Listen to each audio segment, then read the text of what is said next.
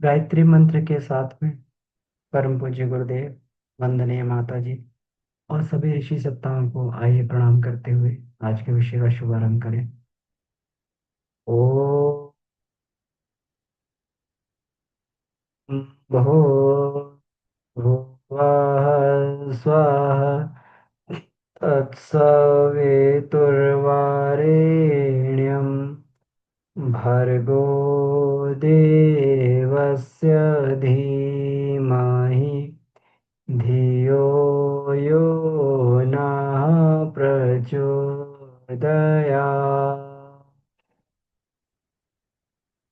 जी सभी भाई बहनों को प्रणाम। तो आज का विषय है, हम लोग पिछली 4 कक्षाओं में हम लोगों ने विज्ञानमय कोश के महत्व का महत्व पर चर्चा की कि और इस बात पे चर्चा की कि विज्ञानमय कोश की शक्ति की अगर तुलना की जाए तो वो बाकी चारों कोशों की शक्ति से बहुत अधिक बैठती है। बाकी के चारों कोशों को अन्नमय, प्राणमय, मनोमय, आनंदमय चारों कोशों की शक्ति को मिला दिया जाए तो अकेले ही विज्ञानमय कोश की शक्ति भी भारी पड़ती है, ऐसा गुरुदेव ने कहा है। तो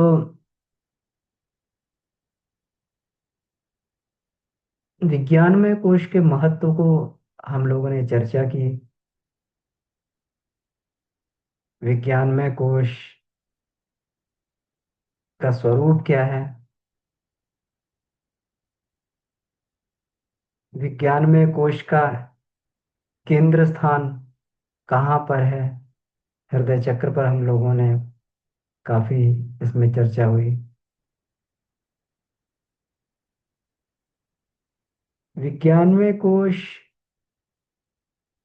सूक्ष्म सिद्धियों का केंद्र है, जहां पर आत्मा के सत्य, शिवम, सुंदरम रूप की जिस अध्याय में चर्चा आई, उस बात को हम लोगों ने समझने का प्रयास किया। आज विज्ञानमय कोश का क्रिया योग हम लोग क्रिया पक्ष को समझने के लिए जा रहे हैं कि ऐसा क्या करें। पिछली कक्षा में ये बात आई थी कि विज्ञानमय कोश का परिष्कार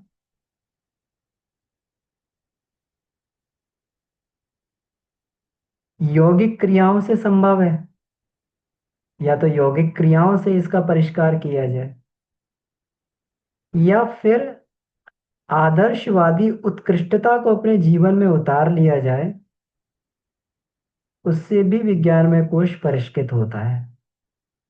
जैसा हमारे महापुरुष लोग, संत लोग, ऋषि लोग करते आए हैं। महापुरुषों में कई ऐसे महापुरुष हुए हैं जिन्होंने प्रत्यक्ष दिखने वाली कोई योगिक क्रियाएं बहुत ज्यादा नहीं की, लेकिन आदर्शवादी जीवन पद्धति को अपनाकर भी उन्होंने, सिद्धांतवादी जीवन पद्धति को अपनाकर भी उन्होंने अपने जीवन को आदर्श के सांचे में ढाला है, और उस आदर्श के सांचे में ढालने से बहुत सारी अलौकिक रिद्धियां सिद्धियां उन्हें वो प्राप्त हुई, जो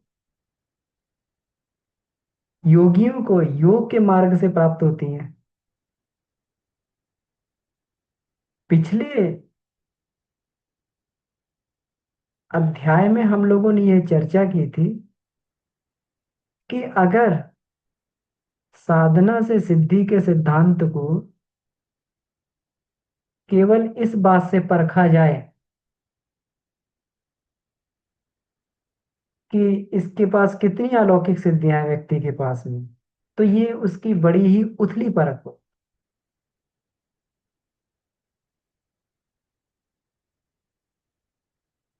इसकी परख तो तब होती है व्यक्ति ने अपने जीवन में कितना परिष्कार किया।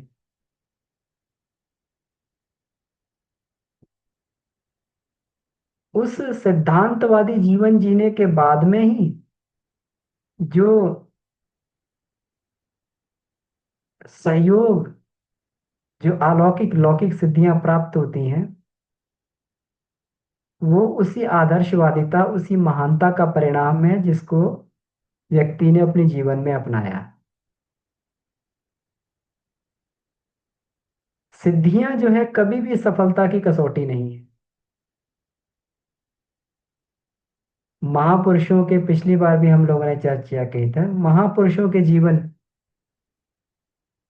ईसा का जीवन हो, सुकरात का जीवन हो, सीता सावित्री का जीवन हो, महर्षि दधीच का जीवन हो, लौकिक स्तर से देखने में इन लोगों को घाटा ही घाटा हो। लेकिन अगर इस बात से ये मूल्यांकन किया जाए कि इन लोगों ने सिद्धांत की एक परंपरा को, सिद्धांत की एक परंपरा का प्रारंभ किया जिस पर चलकर असंख्यों को प्रकाश मिला, तो वास्तव में इनका जीवन जो है सफल रहा। इनकी साधना सिद्ध हुई, सफलता को प्राप्त हुई। विज्ञानमय कोश केवल और केवल यौगिक क्रियाओं पर निर्भर नहीं है, बल्कि अपने जीवन को हमने कितना बढ़िया ईश्वर के ईश्वर के पैमाने के हिसाब से हम लोगों ने अपने जीवन को कितना बढ़िया जिया, उस बात पर निर्भर करता है।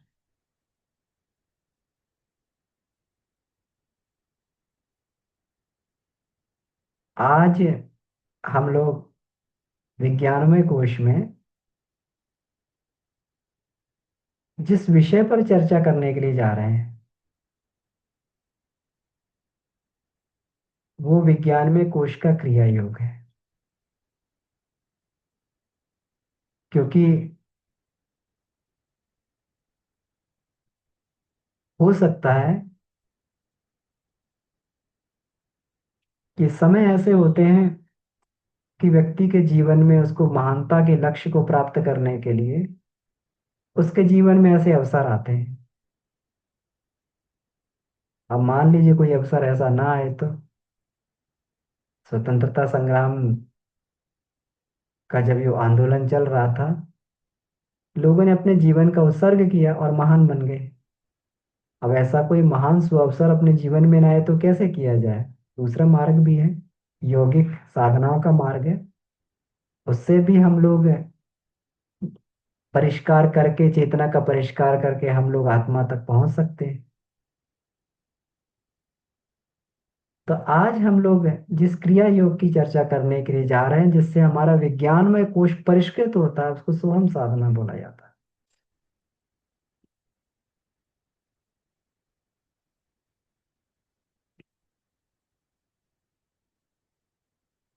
सोहम,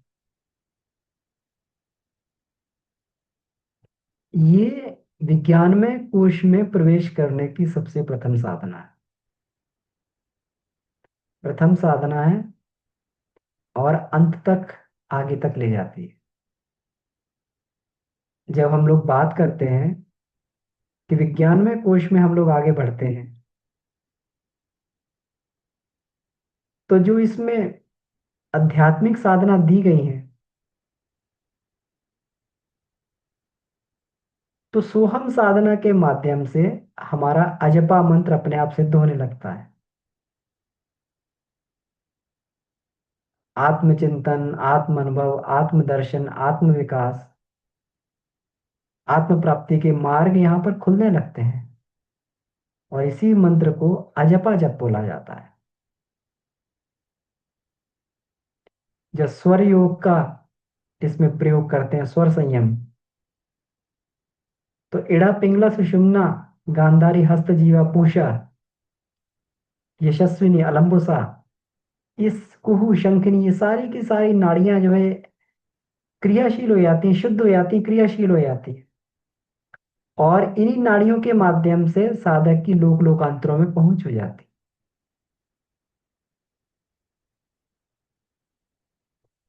जो तीन तरीके की ग्रंथियां हैं, जो ग्रंथि वेधन की साधना में किया जाता है, ब्रह्मा ग्रंथि, विष्णु ग्रंथि, रुद्र ग्रंथि, इनके खुलने से सत, रज और तम तीनों गुणों पर व्यक्ति का अधिकार प्राप्त हो जाता है, व्यक्ति अधिकार प्राप्त कर लेता है। और जिस वासना, तृष्णा और अहंता की बात हो रही थी, उस वासना, तृष्णा और अहंता पर व्यक्ति को विजय मिल जाती है। हम लोग समझ सकते हैं अथाह शक्ति किसमें प्रकट होती है। ब्रह्म ग्रंथि खुल जाए तो व्यक्ति अथाह ज्ञान का स्वामी बन जाता है। विष्णु ग्रंथि खुल जाए तो अथाह संपदा का स्वामी बन जाता है। रुद्र ग्रंथि खुल जाए तो अथाह शक्ति का व्यक्ति स्वामी बन जाता है। ये ग्रंथियां उसके जीवन में खुलने लगती। तो इसी के माध्यम से जो है ये क्रिया योग जो है, सोहम साधना, आत्मानुभूति योग, स्वर संयम और ग्रंथि वेद है, इन चारों साधनाओं के माध्यम से व्यक्ति का विज्ञानमय कोश परिष्कृत होता है। और जहां पर बात की गई यथावत पूर्णतो ज्ञानम संसार सच स्वस्य च, अपने बारे में पूर्ण ज्ञान की स्थिति जो है यहाँ पर आकर व्यक्ति को प्राप्त हो। हम लोग सोहम की बात करें,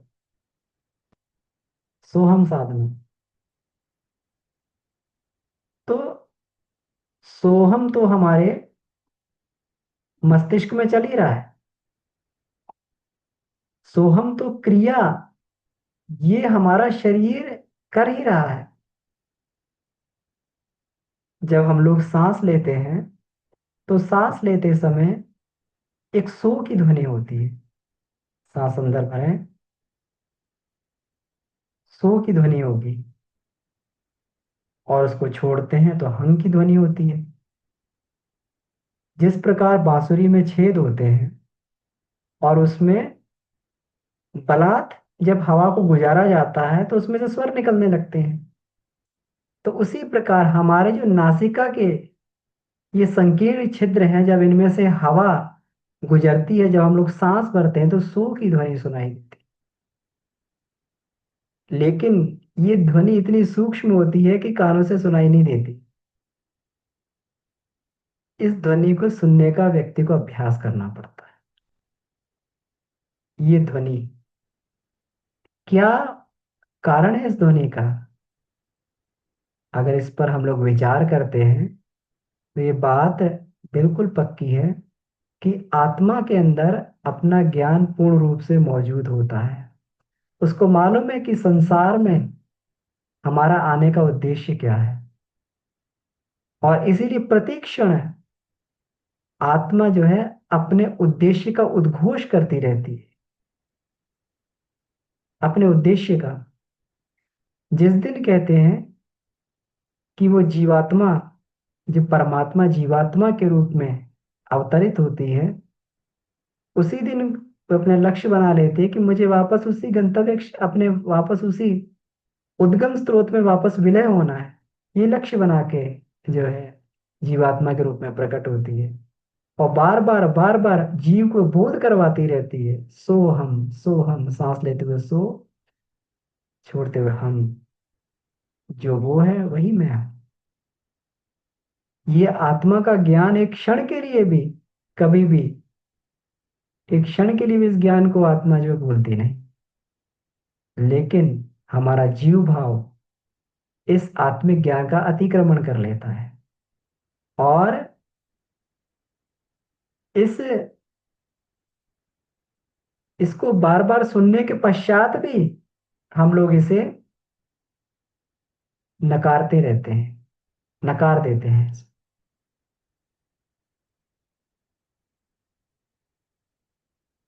लेकिन जब इस सोहम मंत्र पर ध्यान केंद्रित किया जाता है, मतलब श्वास लेते समय सो की ध्वनि और छोड़ते समय हम की ध्वनि, ये ध्वनि तो हो रही है, लेकिन उसके साथ में अपने उस भाव को जोड़ा जाता है। गायत्री मंत्र जो है, जो 24 अक्षर का मंत्र है, तत्सवितुर्वरेण्यम भर्गो देवस्य धीमहि धियो यो न प्रचोदयात्, ये त्रिपदा गायत्री का मंत्र है, 3 पद हैं इसमें। तत्सवितुर्वरेण्यम में हम लोग भगवान से क्या प्रार्थना करते हैं? हम लोग भगवान से प्रार्थना करते हैं, प्रभु हम आपको वर्ण करते हैं। भगवान, हम आपके साथ में सायुज्यता को बैठाते हैं। भर्गो देवस्य धीमहि।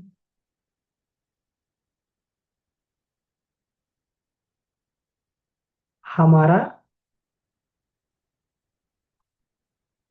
अस्तित्व तुम्हारे संपर्क में आकर और बिल्कुल तुम्हारी तरह ही बन रहा है। भर्गो, हमारे अंदर की मलिनताएं, हमारे अंदर के कषाय कर्म समाप्त होकर हमारा अस्तित्व तुम्हारी तरह ही बन रहा है। भर्गो देवस्य धीमहि। उसके भर्ग से हम लोग शक्तिशाली भी बनते हैं, हमारी बुराइयां पाप भी नष्ट होते हैं और देवत्व को ही धारण करते हैं। प्रभु तुम्हारी तरह ही बन रहे हैं। धियो यो न प्रचोदयात्। मेरा मुझ में कुछ नहीं, जो कृछ है प्रभु तेरा। धियो यो न प्रचोदयात्। प्रभु ये प्रेरणा दो कि हम आप ही के मार्ग पर चलते रहे। सन्मार्ग पर चलने पर हम आप ही के मार्ग पर चलते रहे, हमारा कुछ नहीं। बार बार गायत्री मंत्र के साथ में हम लोग यही भाव करते हैं। गायत्री मंत्र के साथ हम तत्सवितुर्वरेण्यम भर्गो देवसु धीमहि धियो यो न प्रचोदयात्। ओम भूर्भुवः स्वः तत्सवितुर्वरेण्यम भर्गो देवस्य धीमहि धियो यो न प्रचोदयात्। प्रभु तुमको वर्ण करते हैं, हम तुम्हारी ही तरह बनते हैं और सन्मार्ग की ओर हमेशा बढ़ते हैं। हमारा आधिपत्य हमारे ऊपर से समाप्त। यही। और सोहम भी, इसमें भी तीन ही पद हैं।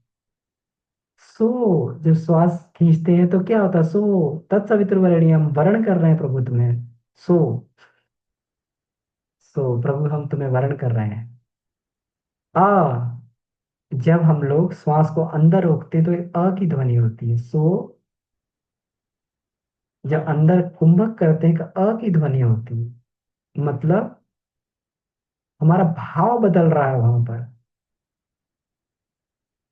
जो परमात्मा है, परमात्मा, जो परमात्मा है वही मैं हूं। हमारा यहाँ भाव बदलता है अ की ध्वनि के साथ, कि जहां पर मैं था वह परमात्मा। हम, मैं वही हूं जो तुम हो।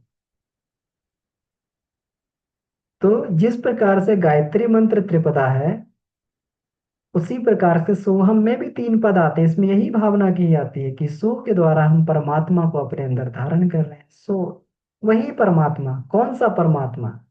जो हमारे हृदय में स्थान में, जो सूर्य के प्रकाश की तरीके से अवस्थित है और जो मेरी आत्मा वहां पर अवस्थित है, वह प्रकाश का प्रतिबिंब ही परमात्मा है। सो के साथ, सो के साथ में जब हृदय में अवस्थित प्रकाश बिंदु की भावना की जाती है तो उसमें आत्मा के तेजोमय स्फुलिंग की भावना की जाती है। सो, आत्मा के तेजोमय स्फुलिंग की, यही, ये तेजोमय स्फुलिंग ये आत्मा है और अहम यही मैं हूं। मतलब मैं शरीर नहीं, मैं आत्मा हूं। सो के साथ में उसी प्रकाश रूपी परमात्मा का तेजोमय स्फुलिंग मेरे अंदर, मेरे हृदय में अवस्थित है। सो, और मान्यता बदलते हुए अहम, यही मेरा असली स्वरूप है। अहम, यही मेरा असली स्वरूप है, मैं वही हूँ, वो तेजोमय स्वभाव। अपने जीव भाव को वहां से हटाया जाता। तो कितना आसान है। अब तत्सवितुर्वरेण्यम भर्गो देवस्य धीमहि धियो यो न प्रचोदयात्, इतना लंबा भाव करना पड़ता है कि परमात्मा हम भी तुम्हारी तरीके से हैं, तुम्हारी तरीके से बने। और सोहम के साथ कितना छोटा हो जाता है, श्वास में ही बस जाता वो मंत्र। इसीलिए इसको अजपा गायत्री बोलते हैं। जप भी करने की आवश्यकता नहीं है, बिना जपे ही जो है हर एक श्वास में जीव जो है उस गायत्री मंत्र का जप कर रहा है। सुनने में बड़ा आसान लगता है, मजा आ गया। गायत्री मंत्र जप के लिए बैठना नहीं पड़ेगा, सांस के साथ में ही हर आती जाती सांस के साथ एक गायत्री मंत्र। और एक एक 24 घंटे में कितने गायत्री मंत्र हुए? अगर अगर एक बार व्यक्ति 18 से 20 बार सांस ले रहा है 1 मिनट में, तो 1 घंटे में कितना लिया? 1 घंटे में जो है 1200 बार हुआ। 20, 1200 बार 1 घंटे में हो गए। और 24 घंटे में कितना हुआ? करीब वही 24-25 हज़ार बार हो गया। एक दिन में पूरा का पूरा अनुष्ठान। कितना आसान है, लेकिन ये आसान नहीं है। गायत्री का ये 24 अक्षरों वाला पद जब व्यक्ति इतना जप लेता है, इतना जप लेता है कि उसके रोम रोम में वो महामंत्र समाहित हो जाता है, तब जाके ये भाव अपने आप अंदर से पैदा होता है। सो जब तक वो भाव पैदा नहीं होता है, तब तक जो हम कितना भी हम लोग जो कहें कि चलो जी अब जब अब छोड़ते हैं ये और शुभम शुभम करके हम लोग तो पार हो जाएंगे, नहीं हो सकता। वो गायत्री मंत्र रोम रोम में जब समाहित होता है व्यक्ति के, तब यह जपा गायत्री शुरू होती है। इसके बिना हो ही नहीं सकता। कभी कभी व्यक्ति भ्रम में आ जाता है, हम भी एक बार भ्रम में आ गए थे। 1 घंटा बैठ के कौन गायत्री मंत्र की माला करे जपे, 2 घंटा बैठ के कौन जपे। उससे बढ़िया है अपना छोड़ो और चलते फिरते सोहम सोहम सोहम करते रहो। किया ऐसे ही 10-15 मिनट बैठ के किया, माला जपी, और बस छोड़ दिया। फिर उसके बाद में जो सोहम सोहम करेंगे, 2 मिनट 4 मिनट तो ध्यान रहा, फिर दिन में कभी ध्यान ही नहीं आया कि सोहम भी करना है। संसार इतना जो है, उसकी माया इतनी प्रबल है, इतना आसान थोड़ी होता है माया का अतिक्रमण करना। गायत्री मंत्र को अपने रोम रोम में समाहित करना होता है। जब व्यक्ति सोते हुए जगते हुए सब जगह उसका ये चलने लगता है, तो ये भाव अपने आप सोहम वाला पैदा हो जाता है। थोड़ा सा भी प्रयास करने से सिद्ध हो जाता है। थोड़ा सा प्रयास करने से, थोड़ी सी प्रैक्टिस करने से भाव सिद्ध हो जाता है। और अगर ये भाव सिद्ध नहीं हुआ, तो कितना भी जो है व्यक्ति सोहम सोहम करता रहे, वो भाव अंदर से पैदा नहीं।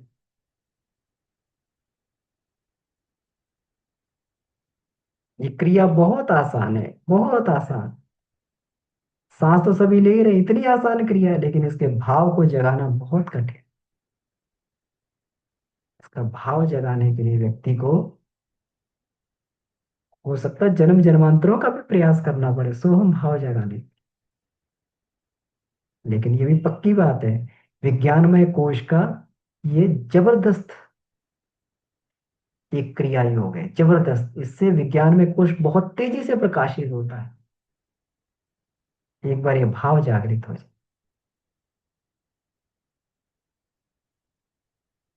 तो सो जब हम श्वास को खींचते हैं, तो श्वास को खींचने के साथ में हम लोग जब ये भाव करते हैं कि परमात्मा हमारे अंदर प्रवेश कर रहा है ना, परमात्मा हमारे अंदर प्रवेश कर रहा है। और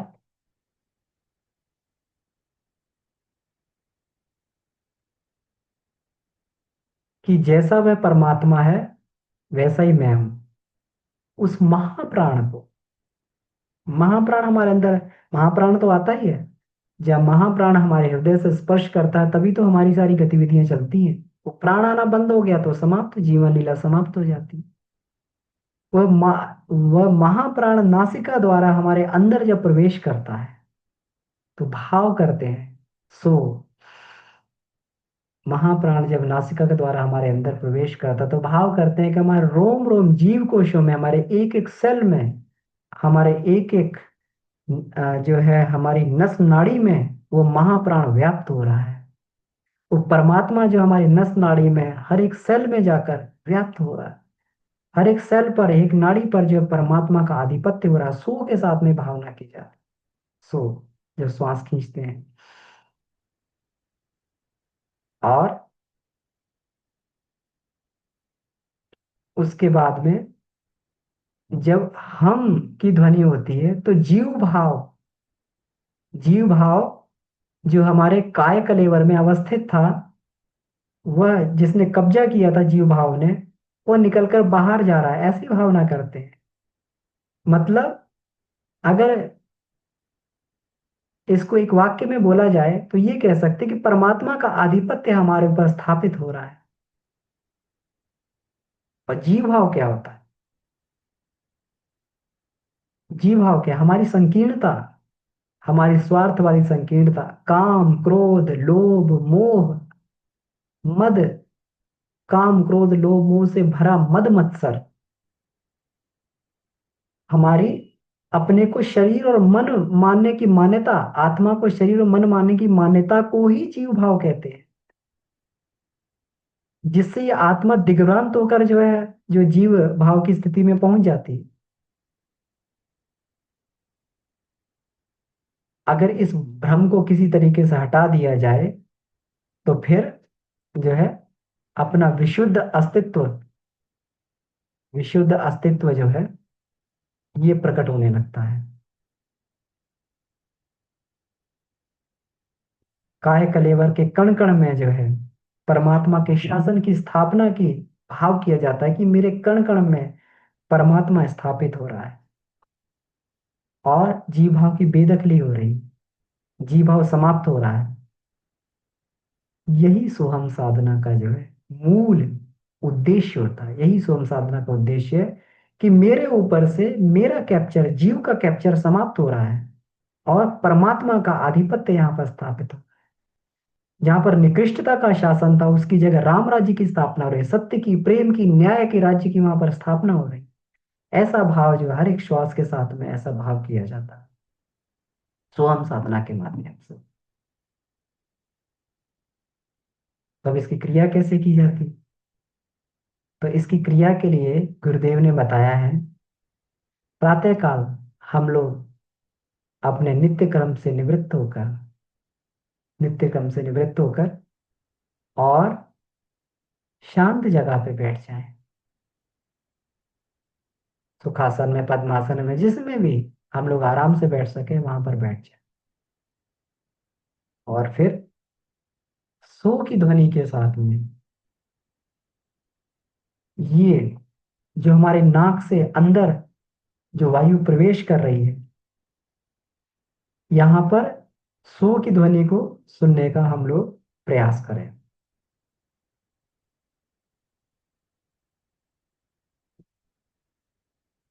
ये स्थूल कानों से तो ध्वनि नहीं सुनाई देती है, सूक्ष्म कर्णेंद्रियों से, सूक्ष्म कर्णेंद्रियों से इस ध्वनि को, नाक में प्रवेश करने वाली ध्वनि को सुनने का प्रयास करें। सो ये ध्वनि वायु के साथ साथ में होती। कुछ देर तक अंदर ही सांस को रोकें और ये भाव करें कि अ की ध्वनि हो रही है। सो, सांस रोके तो अ की ध्वनि, और सांस छोड़ते हुए हम की ध्वनि, सांस छोड़ते हुए हम की ध्वनि का ध्यान करें। और जैसे ही श्वास भरें वहां हृदय चक्र में अवस्थित सूर्य के प्रकाश में आत्मा के तेज पुंज स्फुलिंग का भाव करें। सो यही वह परमात्मा का स्फुलिंग है। और श्वास छोड़ते हम यही यही मेरा जो है, यही मेरा स्वरूप है, यही आत्मा, विशुद्ध आत्मा ही मेरा स्वरूप है, अहम। उस प्रकाश की भावना, ये प्रकाश ही मैं हूं। सो अहम, वह प्रकाश ही मैं हूं, वह आत्मा ही मैं हूं, वह परमात्मा ही मैं हूं। श्वास खींचते हुए सो, लंबी गहरी श्वास खींचते अंदर रोके, और भाव बदल रहा है, हमारा भाव बदल रहा है कि जीव का भाव शिव भाव में बदल रहा है। वही मैं हूं, अहम वही मैं हूं। तो इस तरीके से शांत मनस्थिति से अपने श्वास की ध्वनि को सुनने का प्रयास करें।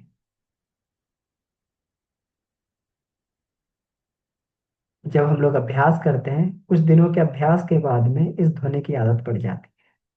ये सुनाई दे, शुरू में तो नहीं सुनाई दे सकती, हो सकता है ना सुनाई दे, लेकिन धीरे धीरे जब अभ्यास करते हैं, बस ध्यान यही रखना है कि श्वास हमारी जितनी लंबी गहरी हम श्वास ले पाए उतना लंबी गहरी लें, और जितनी लंबी गहरी छोड़ पाए उतनी ही लंबी गहरी छोड़ें।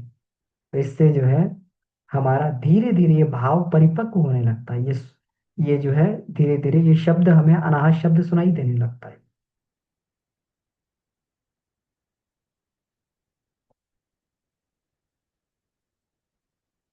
कुछ दिनों के अभ्यास से, जैसे हम लोग कुछ दिनों का अभ्यास करते हैं, तो यही जो है श्वास खींचते हुए ऐसा लगता है कि अंदर जो है इसमें एकाग्र चित्त एकाग्र होने लगता है, इसी श्वास में चित्त एकाग्र होने लगता है। और अंदर जो है आनंद की अनुभूति होने लगती है। सो की ध्वनि के साथ ही अंदर अंदर जो है आनंद की अनुभूति होती है कि परमात्मा अंदर प्रवेश कर रहा है, और अहम, मैं परमात्मा स्वरूप हो रहा, अंदर आनंद की अनुभूति होने लगती। तो ठीक है, आइए थोड़ी देर के लिए हम लोग इसका प्रैक्टिकल करते हैं, अभ्यास करते हैं इसका। तो कम से कम इसमें जो है अभी थोड़ा समय है, तो कम से कम 5 से 7 मिनट हम लोग इसका अभ्यास करेंगे। शांत होकर बैठ जाएंगे, जो भी सुखासन पद्मासन में बैठ सकते हैं बैठ जाएं। दोनों हाथों को गोदी में रखें, दोनों नेत्र बंद करें, और नेत्र बंद करके लंबी गहरी श्वास भरें।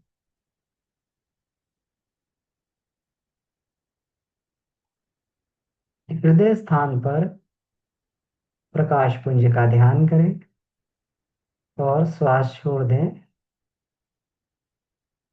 हम पुनः लंबी गहरी श्वास भरें। श्वास खींचते हुए सो ध्वनि को सुनने का प्रयास करें, और श्वास छोड़ते हुए हम ध्वनि को सुनने का प्रयास करें।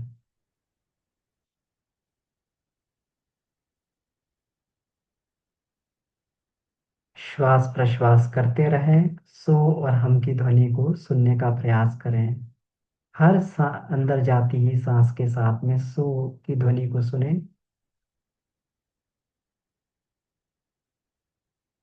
श्वास छोड़ते हुए हम।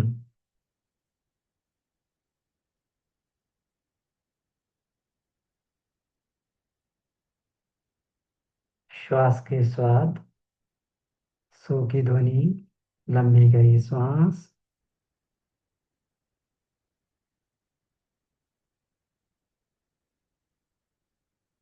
हम।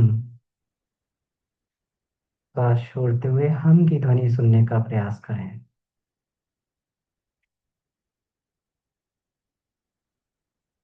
श्वास भरें, सो की ध्वनि को सुनने का प्रयास करें।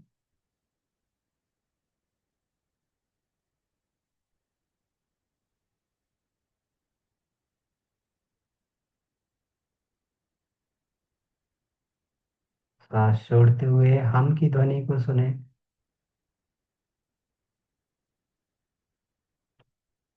श्वास लेते रहें, छोड़ते रहें, सोहम की ध्वनि को सुनते रहें।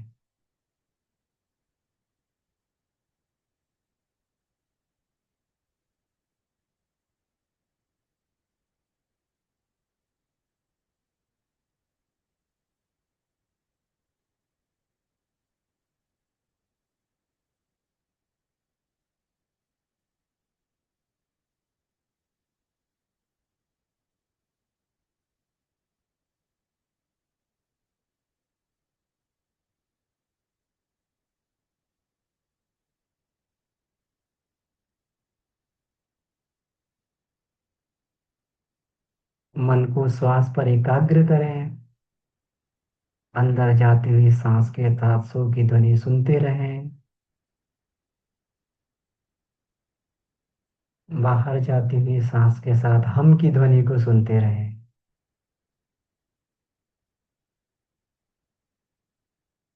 अंदर जाती हुई सांस जैसे ही हृदय को स्पर्श करती है, एक आनंद की अनुभूति होती है, स्वभाव करें।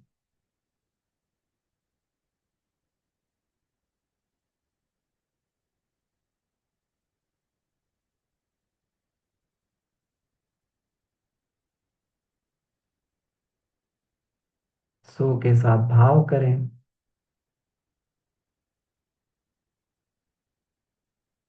कि वह हृदय अवस्थित परमात्मा अहम के साथ वे मैं ही हूँ।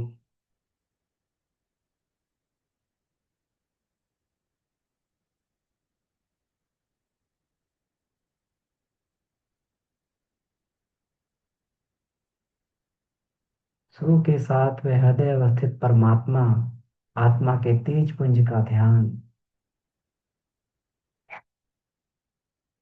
अहम के साथ में वह मैं ही हूँ।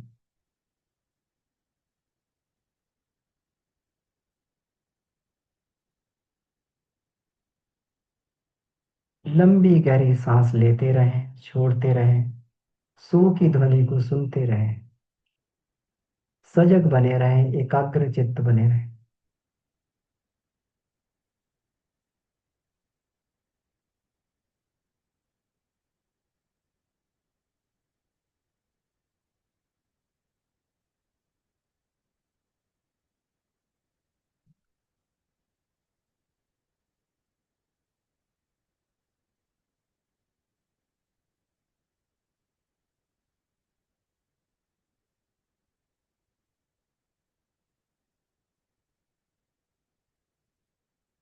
जब ध्यान एकाग्र होकर श्वास पर टिकने लगे और ये ध्वनि सुनाई देने लगे, तो भाव करें कि सो के साथ वह महाप्राण हमारे अंदर प्रवेश कर रहा है, हमारे रोम रोम जीव कोशों में समाहित हो रहा है।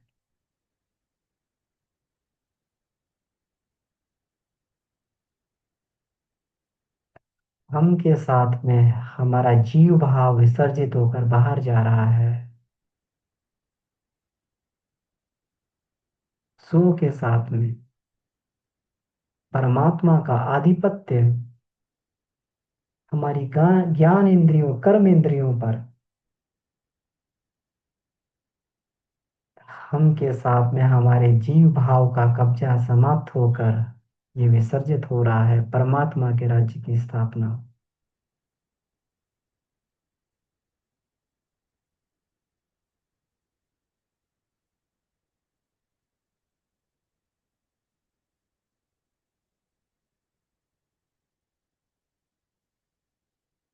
सो की ध्वनि को सुनते रहें, भाव करते रहें कि परमात्मा की स्थापना हमारे अंदर हम की ध्वनि के साथ भाव करते रहें। हमारा जीव भाव, काम, क्रोध, लोभ, मोह, वासना, ये सभी हमारे अंदर से स्थान छोड़कर जा रहे हैं। परमात्मा के प्रकाश की स्थापना हो रही है।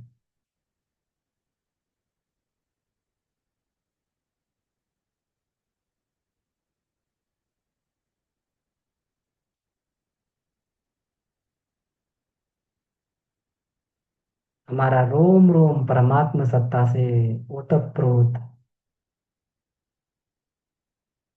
एक एक कण कण में, एक एक सेल में परमात्मा का आधिपत्य,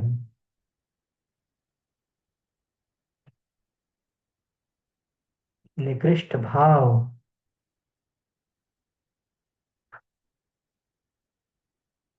निकृष्टता का राज्य बाहर, राम राज्य की स्थापना, सत्य का, प्रेम का, न्याय का राज्य की स्थापना हमारे अंदर हो रही है।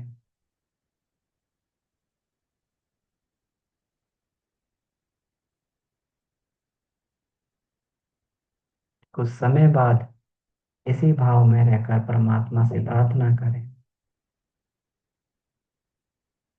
कि हमारे ऊपर तुम्हारा ही अनुशासन हो, तुम्हारे अनुशासन में चले। ओ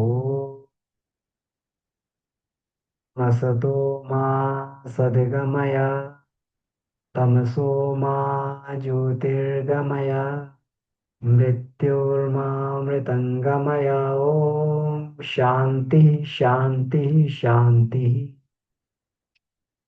दोनों हाथ ऐसे रख रहे हैं, मुखमंडल पर लगाएं और तेलियों में नेत्र को खोल लेंगे। इस तरीके से इसका जो है ये प्रैक्टिकल हम लोगों ने करके देखा, और ये एक शॉर्ट प्रैक्टिकल था। इसमें 3 से 4 हमारे चरण होते हैं। पहले चरण में कई दिनों तक तो हमको केवल श्वास और प्रश्वास की ध्वनि को सुनने का ही प्रयास करना चाहिए, वहीं पर चित्त को एकाग्र करना चाहिए। उसमें तेजोमय प्रकाश की भावना हृदय स्थान पे करनी चाहिए। फिर धीरे धीरे हमें अपने भाव में ये हमें लाना चाहिए कि परमात्मा का प्रकाश व महाप्राण हमारे एक एक रोम में, एक एक बॉडी सेल में हमारे अंदर समाहित हो रहा है। और श्वास छोड़ते समय हमारे अंदर से जीव भाव निकलकर विसर्जित हो रहा है। परमात्मा के राज्य की स्थापना हमारे ऊपर, हमारी, उसके बाद पुनः हमें ये प्रयास करना चाहिए, इस भाव पे आना चाहिए, हमारी कर्म इंद्रियां, ज्ञान इंद्रियां सभी पर परमात्मा का आधिपत्य, हमारे ऊपर से जीव का जो आधिपत्य शासन समाप्त होकर परमात्मा की सत्ता हमारे ऊपर स्थापित हो रही है। समर्पण का भाव, विसर्जन का भाव, विलय का भाव।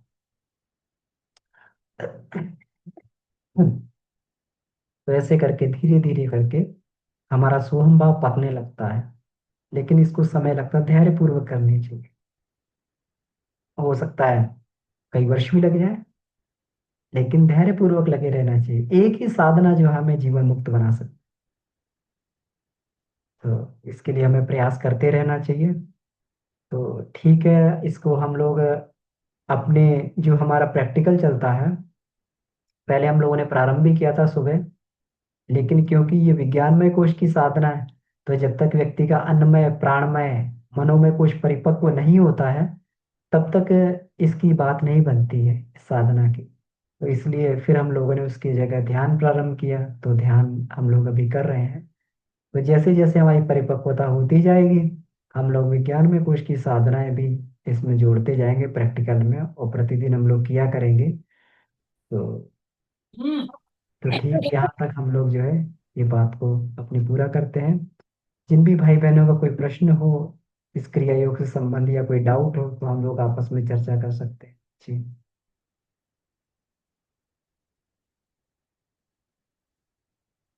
जी कविता दीदी। जी प्रणाम। दी अपने आप को अनम्यूट कर लीजिए। प्रणाम भैया, सभी को प्रणाम। प्रणाम दी। भैया आज सोहम साधना का विस्तृत आप बताए। इतना तो पता भी नहीं था, पढ़े भी नहीं थे इतना डीप। तो जैसे आप बताए, सो की भाव जब आएगा तो परमात्मा का अधिपत हो रहा है, परमात्मा का अधिकार हो रहा है। और जब सांस छोड़ेंगे तो हम, माने हमारा जो जीव भाव है उसको, मतलब जीव भाव में जो शरीर विसर्जित हो भाव रहा है। है भैया। हाँ, शरीर भाव, जीव भाव। जीव भाव मतलब हमारा काम, क्रोध, लोभ, मोह, वासना, तृष्णा, अहंता, ये सब हमारे शरीर को छोड़कर बाहर जा रहे हैं। जी भैया, आज का तो बहुत अच्छा रहा भैया। इसका क्या वीडियो मिलेगा? हाँ दीदी, वीडियो हम अब अपलोड कर देते हैं। तो पिछली क्लास का भी वीडियो हम जो है उसमें हो नहीं पाया था पिछले भी। तो ये विज्ञानमय कोश के सारे वीडियो जो है उसमें है यूट्यूब में, तो हम इसको शेयर कर देंगे दीदी ग्रुप में। क्योंकि ये बार बार सुनना पड़ेगा भैया। बार बार सुनना ही चाहिए, क्योंकि एक बार में बात परिपक्व नहीं होती है। हम भी कई बार हमने इसको पढ़ा है, कई बार बार बार पढ़ पढ़ के शुरू किया साधना, तो फिर उसको जो है फिर रिवाइज किया, फिर पढ़ा बार बार कि कुछ छूट तो नहीं रहा। बार बार जो कुछ ना कुछ छूट ही जाता है। तो बार बार वांग्मय को जो है, या तो वांग्मय पढ़ें या फिर वीडियो सुन लें, है ना। जी वीडियो सुने भैया। या फिर वांग्मय भी पढ़ते रहें, अपना उसमें उसको देखते रहें। जी भैया, अभी तो 5 मिनट में भी बहुत, मतलब शरीर हल्का फील हो रहा था, भाव जग रहा था। तो रोज रोज करने से तो होगा ही भैया। बिल्कुल। इसीलिए आपका, और आपसे बात भी हो जाती है तो जो भी प्रश्न रहता है मन में उठता है उसका भी समाधान हो जाता है। जी दीदी, देखिए कितनी सुंदर गुरुदेव की बनाई हुई व्यवस्था है कि हम सब लोग जुड़कर एक दूसरे के साथ आगे बढ़ रहे हैं। तो ठीक है दीदी, हम वीडियो शेयर कर देंगे दीदी। जी तो भैया हम लोग प्रणाम। प्रैक्टिस करें इसकी, कुछ ना कुछ जी जरूर जो है। जब अपनी साधना प्रारंभ होती है उससे पहले ही थोड़ा बहुत 5-10 मिनट इसको प्रैक्टिस कर लिया करें, सुबह सुबह जब हम लोग बैठते हैं। तो जी जो भैया। उसको जो, जी। जी तो भैया ठीक है। प्रणाम। ठीक है दी, प्रणाम। जी शर्मिला दीदी। प्रणाम भैया। दी प्रणाम। मैं भी यही प्रश्न मेरे भी मन में भी था जैसे सुबह के समय हम लोग अपना आसन करते हैं, प्राणायाम करते हैं, तो उसके आगे करें या उसके बाद, ये सोहम साधना का जो प्रक्रिया है। पहले तो हमें सुनना पड़ेगा, आप वीडियो देंगे, उसको हम बार बार सुनेंगे, उसको अच्छी तरह से समझेंगे, उसके बाद हम प्रैक्टिकल में आएंगे ना, तो उसको किस क्रम से करना चाहिए भैया, कैसे करें? हाँ दीदी, तो देखिए क्रम जो अपने को सूट करे। हम तो ये करते हैं, सबसे पहले यही करते हैं इसी, है ना, शांत अच्छा। मन स्थिति के साथ में हाँ गायत्री हाँ। मंत्र जप से पहले हम कम से कम 5 से 10 मिनट इसी साधना को करते हैं और उस जी भाव को लाने का प्रयास करते हैं। फिर उसके जी। बाद में जो है अपना ये जप वगैरह जो इसमें चलता है। नहीं, तो जैसे आसन भी हमें करना पड़ता है ना, आसन करते हैं फिर प्राणायाम करते हैं। मेरा सुबह ऐसा शुरू होता है। तो फिर मतलब आसन प्राणायाम से पहले ये इसको कंसंट्रेट करके 10-15 मिनट कर ले शुरुआती। हाँ, तो इसको इस साधना को सबसे पहले कर लिया जाए, क्योंकि जी ऐसा है कि क्योंकि गुरुदेव ने भी ऐसा कहा है, नित्य कर्म से निवृत्त होकर, है ना, शांत मन स्थिति के जी साथ में बैठे। जी। आसन प्राणायाम करने से जो है कभी कभी शरीर में गर्मी पैदा होती है और चित्त की वृत्तियां भी कभी कभी चंचल हो जाती हैं, तो फिर जी ध्यान जी। में बाधा आती है। तो सबसे पहले हम्म। सुबह बैठ के हम लोग इस साधना को कर सकते जी भैया, जैसे सुबह उठ के हम तीनों शरीर का कर लेते हैं, मतलब हम डिवाइड करके रखते हैं ना, हफ्ते में 2 दिन तीनों शरीर का, फिर 2 दिन आपका पंचकोशीय जो है उसको करते हैं। तो उससे भी पहले करें ना उसके बाद करें, ये मेरे को हैं। हाँ, प्रश्न उससे है। पहले ही कर लीजिए, सबसे पहले ये कर ठीक है। लीजिए। हाँ, फिर उसके बाद जो गुरु उसके जी का बाद आपका गाइडेड जो क्रम है मेडिटेशन अपना है। हाँ हाँ। करिए फिर। बहुत बहुत धन्यवाद भैया, बहुत बहुत धन्यवाद जी, आलोकपात के लिए। धन्यवाद। जी किरण दीदी। जी प्रणाम भैया, प्रणाम। जी प्रणाम। भैया ये तो आज का बहुत ही अच्छा सेशन था। तो भैया ये जो श्वास का है, सोहम का है, सो का, वो सूर्य चक्र तक ही सांस को ले जाना है या नीचे तक ले जाना है, ये मेरा थोड़ा सा प्रश्न था। जी नाभि दीदी। तक।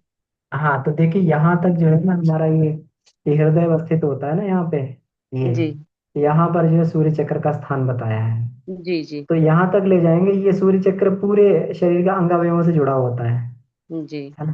जब यहाँ पर प्रकाश जाएगा तो पूरे शरीर में अपने आप यहाँ से फैल जाएगा।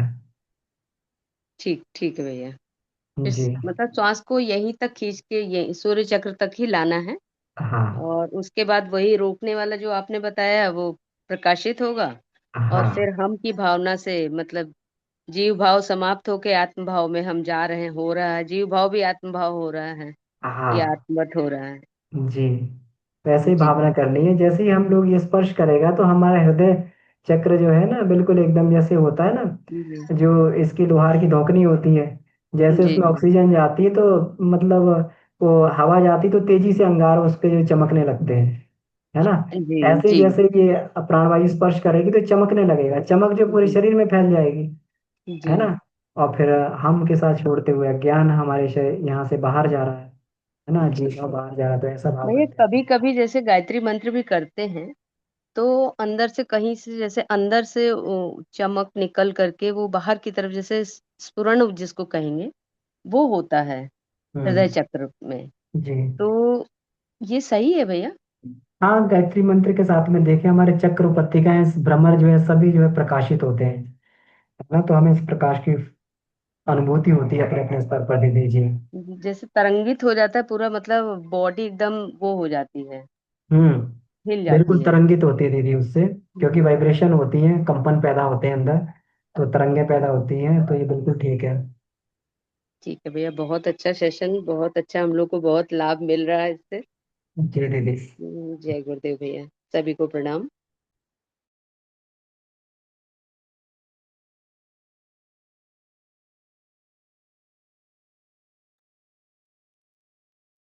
जी हर्षा दीदी, आपका हैंड रेज था।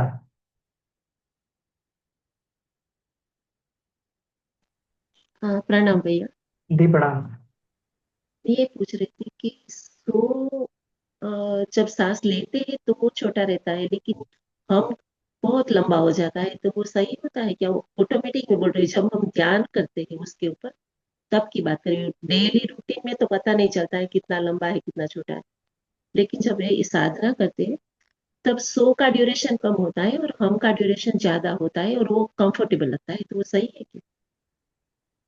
हाँ दीदी, लेकिन इसमें गुरुदेव ने जो बताया है ना दीदी, कि प्राणायाम करते समय हमारा जो अ, पूरक है, पूरक हम्म, और रेचक का ड्यूरेशन बराबर होना चाहिए। है ना, जितना समय जो सांस खींचने में लग रहा है उतना ही समय छोड़ने में लगना चाहिए। और जो हमारा कुंभक, बाहरी कुंभक, अंतः कुंभक, उससे आधे आधे ड्यूरेशन का होना चाहिए। तो इसलिए इसीलिए हम लोग ये सांस का अभ्यास करते हैं कि इसको रिदमिक बना लेते हैं, कि जी जितना सांस लेने में समय लग रहा है उतना छोड़ने में सहजता से, तो जो हमारी अभ्यास बना उस तरीके से चलता ही रहता है। जी लेकिन फिर भी हम लोग जो है, क्योंकि लंबी गहरी श्वास लेंगे तभी लंबा कुंभक भी हो पाएगा और तभी लंबा छोड़ भी पाएंगे। तो जी जी इसलिए हम लोग जो है क्योंकि ध्यान करते हुए तो वैसे भी श्वास छोटी होने लगती है, लेकिन जब हम लोग ये प्राणायाम की साधना करें या सुहम साधना करें तो इसमें श्वासों की गति पर विशेष ध्यान देके और हमें इसको ये करना चाहिए, इसका समय जो है, इसका ये बैलेंस करना चाहिए कि जितना हमें श्वास खींचने में समय लगे उतना ही छोड़ने में समय लगे। जी, ठीक है, उसका अभ्यास करना चाहिए। अभ्यास करना चाहिए। जी। और ये काम एक्चुअली सूक्ष्म शरीर का हो गया ना, कौन सा? जो अभी सोहम साधना है वो। कारण शरीर का अभ्यास है दीदी, अहंकार कारण बदलने की साधना है। जी। मुझे सूक्ष्म शरीर का लग रहा था कि कारण शरीर में हमारा बस नहीं रहता है ना, फिर वो हम जो देख रहे हैं अंदर जो हो रहा है उसी को खाली देखते हैं। इसको तो हम गाइड कर रहे हैं ना। हाँ सोहम। तो देखिए, हम नहीं, परमात्मा गाइड कर रहा है। जी जी। हम तो अपनी खत्म ही कर रहे हैं सारी सत्ता। ओके है ना, ओके। हमारे ऊपर परमात्मा का आधिपत्य हो रहा है, वही हमें गाइड कर रहा है। अच्छा, जो हो रहा है उसी को देख रहे हैं। हाँ, जो कर रहा है परमात्मा कर रहा है, परमात्मा का आधिपत्य है, हमारा तो कुछ है ही नहीं, हमारा तो खत्म हो रहा है। क्योंकि मैं करती हूँ ना तब मुझे लगता है कि मैं कर रही हूँ, लेकिन मैं कुछ नहीं करती हूँ तो मेरा ध्यान ऊपर के चक्र में रहता है हाँ, एकदम। उसी उसी भाव को दीदी हमें बदलना है कि हम कुछ कर ही नहीं रहे हैं। है ना, हाँ जी। तो हमें उस भाव को बदल के, कि जो भी कर रहा है सब परमात्मा ही कर रहा है, तो उसी भाव को हमें बदल के हमें लाना है इसमें। मैं करती हूँ तो मुझे, मैं सोहम में मेरा भाव खुद लगता है कि मैं देख रही हूँ ये, मैं कर हम्म। रही हूँ, मतलब मैं जी। देख रही हूँ। लेकिन मैं कुछ नहीं करती हूँ तो मेरा ध्यान रम रंग में रहता है अपने आप ही। हाँ हाँ, बस इसी को हमें बदलना है, करते समय भी, क्रिया करते समय भी अपने भाव को बदल लेना है कि परमात्मा ही कर रहा है, हमारा कोई, हमारे हाथ पैर तो चल रहे हैं, क्रिया हो रही है, लेकिन कर परमात्मा। ठीक है ठीक है। जी। जी। धन्यवाद। जी धन्यवाद। जी। किरण दीदी, आपका दोबारा हैंड रेज है, आप कुछ कहना चाह रही हैं? भैया हम ये पूछ रहे हैं कि जैसे आत्म भाव में बच्चा रहता है तो वो तो आत्म भाव में ही रहता है, लेकिन उसके अंदर जीव भाव की उत्पत्ति कब हो जाती है? देखिए, जैसे जैसे उसकी बुद्धि संसार में काम करने लगती है ना, जैसे जैसे संसार को समझने लगता है तो जीव भाव आने लगता है ना। जी। जब तक उसको कुछ मालूम नहीं है, अब छोटे बच्चे को माता दूध पिलाती, क्या स्वाद मालूम है उसे, ना उसे चीनी का स्वाद मालूम है, ना उसे कुछ स्वाद मालूम है, ना उसे जो है वो कपड़े पहनने का मालूम है, ना उसे नंगे रहने का मालूम है। वो तो सारा का सारा भाव उसमें आत्म भाव में ही है। लेकिन जैसे जैसे उसके अंदर जो है ये संसार के हिसाब से उसके अंदर ये संसार की ये ज्ञान आने लगता है, वैसे वैसे उसका जीव भाव विकसित होने लगता है। जी। भैया इसको अगर प्रारंभिक स्थिति में कब से देना चाहिए बच्चों को ये 11 इस वर्ष के, भाव? देखिए प्रारंभिक अवस्था तो ये होती है, बच्चे को तो गर्भ से ही ट्रेंड करना चाहिए, इसीलिए अपने यहाँ सारे संस्कार गर्भ से ही चालू हो जाते हैं। है ना, हाँ और गर्भ से संस्कार देते देते जो है मुख्य संस्कार जो है 4-5 वर्ष तक कंप्लीट हो जाते हैं, वहां से चालू करें। और फिर जो है, हाँ। फिर उसके बाद 11 वर्ष की आयु में उसको गुरु दीक्षा करवा के, और फिर उसको जो है उसमें ये करना चाहिए कि भाई अब तुम्हारा ये हो गया, अब तुम जो है इसको गुरु के हाँ, अनुशासन में रह के अपने जीवन को करो, चलाओ। जी जी जी, बहुत बढ़िया बहुत बढ़िया। समझ हम भी रहे थे, लेकिन हमका थोड़ा सा एक विचार रख करके भैया से भी पता करें कि कैसे किया जाए। और घर जी का जी माहौल भी उस तरीके से अगर रहता है तो बच्चे भी धीरे धीरे उसमें लगते हैं। जी जी जी। जी। ठीक है। जी जी प्रणाम जी भैया, जी, प्रणाम। प्रणाम प्रणाम। धन्यवाद जी। तो समय होता जा रहा है कि ऊपर निकल रहा है। जी हर्षा एक दीदी, आप कुछ कहना है? हाँ जी। जी, गर्भ संस्कार में क्या होता है, क्योंकि आपका क्रिया योग में कुछ मुझे पता नहीं है यहाँ। अच्छा, तो गर्भ गर्भ संस्कार में संस्कार दीदी में देखिए, ऐसे पुंसवन संस्कार होता है, तो उसको हम डाल देंगे उसमें, ग्रुप में डाल देंगे, या कोई भी बहन हमारे भाई वगैरह इसमें हो तो डाल दें। वो पूरा का पूरा प्रोग्राम शांति कुंज द्वारा चलाया जाता है दीदी, है ना। अच्छा तो पूरी जानकारी जो गर्भोत्सव संस्कार करके वेबसाइट भी है, पूरी पूरी जानकारी मिल जाएगी। और अपन जो डिटेल में इस पर चर्चा कर लेंगे दीदी कि इसमें क्या क्या किया जाता है। हाँ, पूरा का बस पूरा प्रोग्राम वहां से चलाया जाता है। क्योंकि टाइम कम होता है, लेकिन कम का टाइम में भी कुछ कर सकते हैं बच्चे, ये पूछना था। कर सकते हैं बिल्कुल, ये टाइम बहुत है ये इतना बनाने के लिए गर्भस्थ शिशु को ना। तो हम लोग इस पर चर्चा, एक डिटेल में चर्चा कर लेंगे दीदी, है ना। ठीक है एक भैया। सेशन पूरा रख लेंगे इसमें। हाँ जी, जी। ठीक। ठीक है भैया, धन्यवाद। चलिए, बहुत बहुत धन्यवाद। आइए इसी के साथ हम लोग आज के जो ये इसको यहीं पर समाप्त करते हैं आज की चर्चा को। आइए शांति पाठ के साथ में परम पूज्य गुरुदेव वंदनीय माता जी को धन्यवाद देते हैं। ओम शांति शांति शांति। जी समाप्त। सभी भाई बहनों को प्रणाम।